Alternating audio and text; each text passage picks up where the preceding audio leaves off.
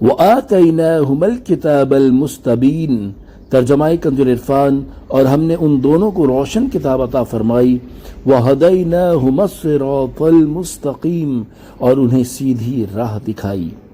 تفسیر صراط الجنان، ایک احسان یہ فرمایا کہ ہم نے حضرت موسیٰ اور حضرت ہارون علیہ السلام کو روشن کتاب عطا فرمائی جس کا بیان بلیغ اور وہ حدود و احکام وغیرہ کی جامع ہے۔ اس کتاب سے مراد توریت شریف ہے جو کہ حضرت موسیٰ علیہ السلام کو بلا واسطہ عطا ہوئی اور حضرت ہارون علیہ السلام کو حضرت موسیٰ علیہ السلام کے واسطے سے عطا ہوئی۔ وَهَدَيْنَاهُمَا الصِّرَاطَ الْمُسْتَقِيمَ، اور انہیں سیدھی راہ دکھائی۔ ایک احسان یہ فرمایا کہ انہیں عقلی اور سمعی دلائل سے دین حق پر مضبوطی سے قائم رہنے، باطل سے بچے رہنے اور حق سے وابستہ رہنے کی توفیق عطا فرمائی۔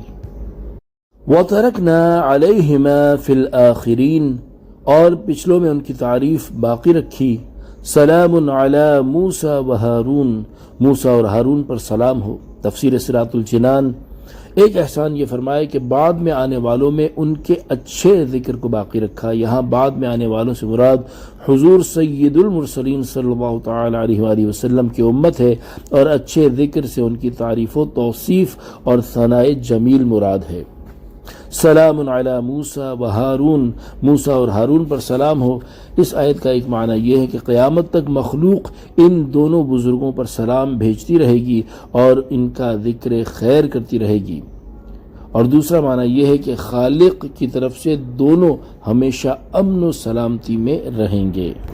اِنَّا كَذَلِكَ نَجْزِي الْمُحْسِنِينَ، بے شک نیکی کرنے والوں کو ہم ایسا ہی صلہ دیتے ہیں۔ انہما من عبادنا المؤمنین، بے شک وہ دونوں ہمارے اعلیٰ درجے کے کامل ایمان والے بندوں میں سے ہیں۔ تفسیر صراط الجنان، یعنی جس طرح ہم نے فرعون کے مظالم سے نجات دے کر قبطیوں کے مقابلے میں ان کی مدد کر کے حدود و احکام کی جامع کتاب عطا فرما کر اور قیامت تک ذکر خیر باقی رکھ کر حضرت موسیٰ اور حضرت ہارون علیہ السلام کو جزا عطا فرمائی، اسی طرح ہم نیکی کرنے والوں کو ایسا ہی صلاح دیتے ہیں۔ اس سے معلوم ہوا کہ نیکی کرنے والوں کو دیگر ثوابوں کے علاوہ دنیا میں ذکر خیر اور امن و سلامتی بھی عطا ہوتی ہے۔ انہما، بے شک وہ دونوں، اس آیت سے اس بات پر تنبیہ کرنا مقصود ہے کہ سب سے بڑی فضیلت اور سب سے اعلیٰ شرف کامل ایمان سے حاصل ہوتا ہے۔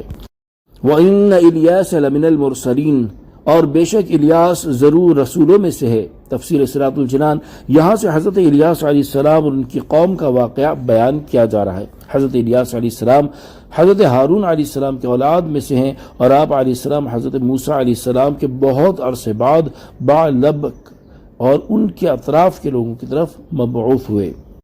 یاد رہے کہ 4 پیغمبر ابھی تک زندہ ہیں، 2 آسمان میں حضرت ادریس علیہ السلام، حضرت عیسیٰ علیہ السلام، اور 2 زمین پر حضرت خضر علیہ السلام، حضرت الیاس علیہ السلام۔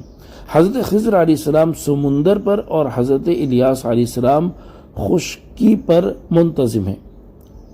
جب قیامت قریب آئے گی تو اس وقت وفات پائیں گے، اور بعض بزرگوں کی ان سے ملاقات بھی ہوئی ہے۔ صلو علی الحبیب صلی اللہ تعالی علی محمد صلی اللہ تعالی علیہ وآلہ وسلم۔